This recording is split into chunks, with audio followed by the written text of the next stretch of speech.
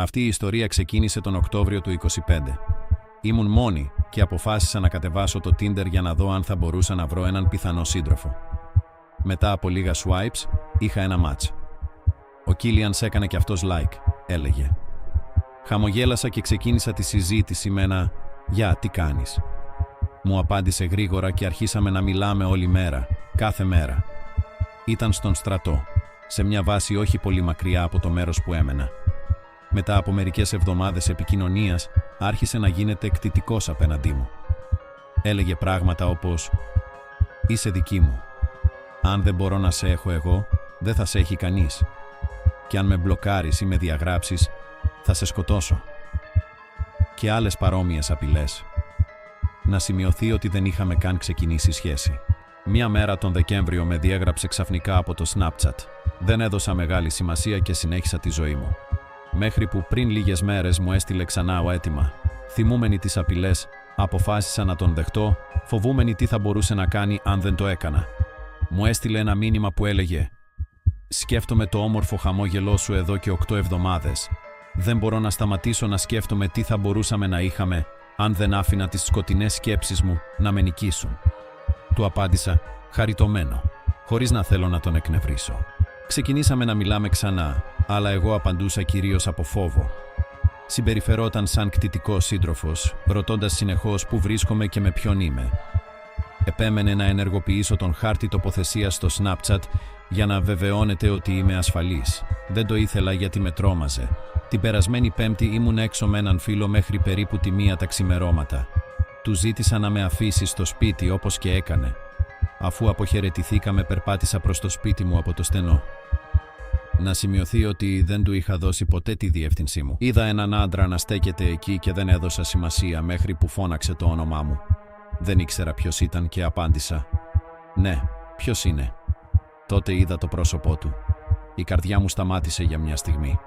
Άρχισα να υδρώνω κρύο υδρότα, να πανικοβάλλομαι και να τρέμω.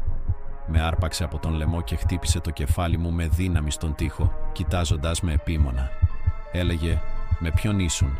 Γιατί είσαι έξω τέτοια ώρα?» Ήταν άντρας. Ήμουν τρομοκρατημένη. Με έπνιγε τόσο δυνατά που δάκρυα γέμισαν τα μάτια μου και δεν μπορούσα να αναπνεύσω. Πίστεψα πραγματικά. Συνέχισε να σφίγγει όλο και πιο δυνατά, μέχρι που με πέταξε στο έδαφος με το κεφάλι. Στέναξα από τον πόνο και προσπαθούσα να πάρω ανάσα.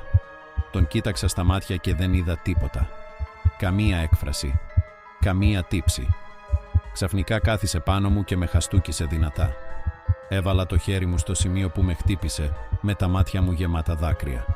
Μετά άρχισε να με πνίγει ξανά. Αυτή τη φορά ήμουν σίγουρη ότι θα πεθάνω. Κοίταξα τον μαύρο ουρανό και άρχισα να σκέφτομαι τον σκύλο μου που είχε πεθάνει. Άρχισα ακόμη και να χαμογελώ. Ξαφνικά με άφησε, ένιωθα ότι θα λιποθυμήσω. «Γαμώτο, πρέπει να φύγω. Το τελευταίο λεωφορείο φεύγει σε 3 λεπτά». Και έφυγε τρέχοντας, ενώ εγώ έμενα στο κρύο και βρεγμένο έδαφος, προσπαθώντας να αναπνεύσω. Ήμουν σε σοκ και δεν ήξερα τι να κάνω. Προσπάθησα να καλέσω τον καλύτερό μου φίλο, αλλά δεν μπορούσα να μιλήσω.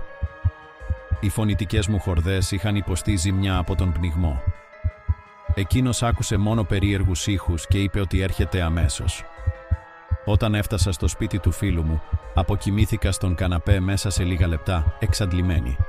Όσο κοιμόμουν, εκείνος κάλεσε την αστυνομία και τους εξήγησε την κατάσταση.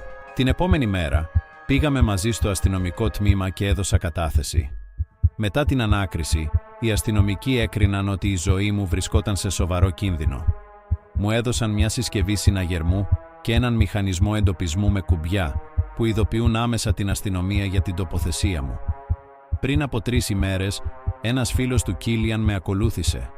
Αν δεν είχα κανονίσει να με παραλάβει ένας φίλος κοντά, δεν πιστεύω ότι θα ζούσα για να το διηγηθώ. Η αστυνομία μου είπε ότι η πρόθεσή του ήταν να με σκοτώσει. Αν είχε αυτοκίνητο ή αν υπήρχε μεταγενέστερο δρομολόγιο λεωφορείου, πιθανότατα θα ήμουν νεκρή. Κάθε φορά που βγαίνω από το σπίτι φοβάμαι ότι με παρακολουθεί, όπως μου έχει πει ότι θα κάνει πάντα.